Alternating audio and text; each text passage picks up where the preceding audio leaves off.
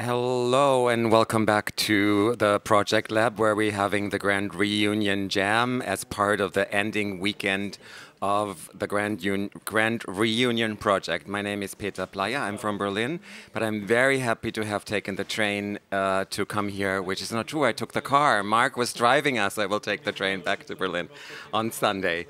But I'm super happy to be here and co-host with Joanna and all the lovely people from the Project Lab this live stream. And I'm very happy that you're still with us, or again with us, or that you just switched on the live stream. So I'm here to introduce Lou Drago. Lou, are you here? I'm here. Yeah. Hi. Hey, so it never materialized that we actually had this phone call over the last 2 days. So I'm really happy to meet you here with your voice and with on Zoom, and I'm happy you could join us. We actually met as part of your contribution to the Tender Hotel with Rivka and some DJs that you were playing, and that were all really wonderful contributions to the issues of the online issues of the magazine that we're hosting. But very grateful that you could come here to present something that you have prepared for us. How are you doing in Berlin? Yeah, I'm good. Enjoying some sunnier days finally. Yeah. Was there rain? No, not recently, Because or we had at a least little bit of on rain here midnight. today. Okay. No, we did not get it. We still have the glorious sunshine. And when we were talking about Grand Reunion, what were your impressions of the Grand Reunion hosts that we were doing for the magazines and for this Tender Hotel, for instance? Wow. I mean, Grand Reunion has been an incredible project. I mean, I was really lucky to get involved from the very first edition, where I created a sound piece after meeting Joanna in Warsaw. And after that, I attended, yeah, several of the monthly meetings, and then again with the Tender Hotel. I don't know, I've been really touched and blown away by the amazing people that I've met, and the generous contributions. Yeah, this is from, I don't know, just from small interactions and odd things that might happen in a meeting to more profound, deep pieces that I've gotten into. I also met Rivka through the first edition, and then we ended up working together through Tender Hotel, and then also on last month's edition. So that's another beautiful meeting that I'm happy about. Yeah, wonderful. And what did you prepare for us for tonight? Well, it's nothing I've written myself. I just picked a couple of pages from a book that's been really profoundly impacting me this year.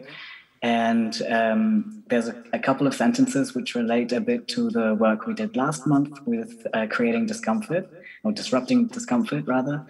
So I thought I would just read a couple of pages to you. I don't know if people can see me, but it's from this book, Radical Yes, Dharma. they can.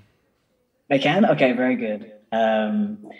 Which is by three Black queer Buddhist teachers from the States. And the section that I am reading from is from Lama Rod Owens. Yeah. Should I go for it? Yeah, please. Okay. I'm aware of the timing. I don't want to get too long. Okay. So it's called What is Love? Whatever we think love is, love often isn't. It took me years of practice to understand what love was. I had always heard about it and had often been told of its importance. I knew that I was still alive because of the love of my mother and others, but love was often something I associated with fear. Once a friend confided that self-love was something their mother had taught them wasn't possible, and that my friend should just learn to live with that truth. When I heard this, something inside of me rebelled and I felt sad. I felt upset hearing my friend believed this from their mother. I felt upset as well because though I believed in self-love, I knew there was more self-hate than self-love in me at that time. In that moment, I vowed to learn to love myself through what seemed like thick folds of self-hate. Love is the wish for myself and others to be happy. Love transcends our need to control the recipient of love. I love not because I need something in return. I love not because I want to be loved back, but because I see and understand love as being an expression of the spaciousness I experience when I am challenging my egoic fixation by thinking about the welfare of others. I go where I am loved. I go where I am allowed to express love. In loving, I have no expectations. Healing is being situated in love.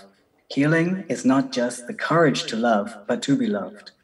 It is the courage to want to be happy, not just for others, but for ourselves as well. It is interrogating our bodies as an artifact of accumulated traumas and doing the work of processing that trauma by developing the capacity to notice and be with our pain. If we are to heal, then we must allow our awareness to settle into and integrate with the pain and discomfort that has been habitually avoided. We cannot medicate the pain away. We embrace it, and in doing so, establish a new relationship with the experience. We must see that there is something that must be befriended. This is the true nature of our experience, and in finally approaching this experience, we contact basic sanity. Too often, love has meant violence in the form of our manipulation and control. Many of us have learned at an early age that we are only lovable if we meet certain conditions and expectations. The message from our environments has been something like, you can only be loved if you do X, or if you are X.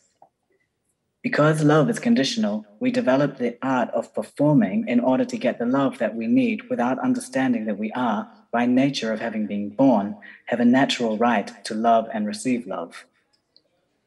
We are controlled by others when we are dependent on their love and thus struggle to meet the demands that they place on us to receive that love.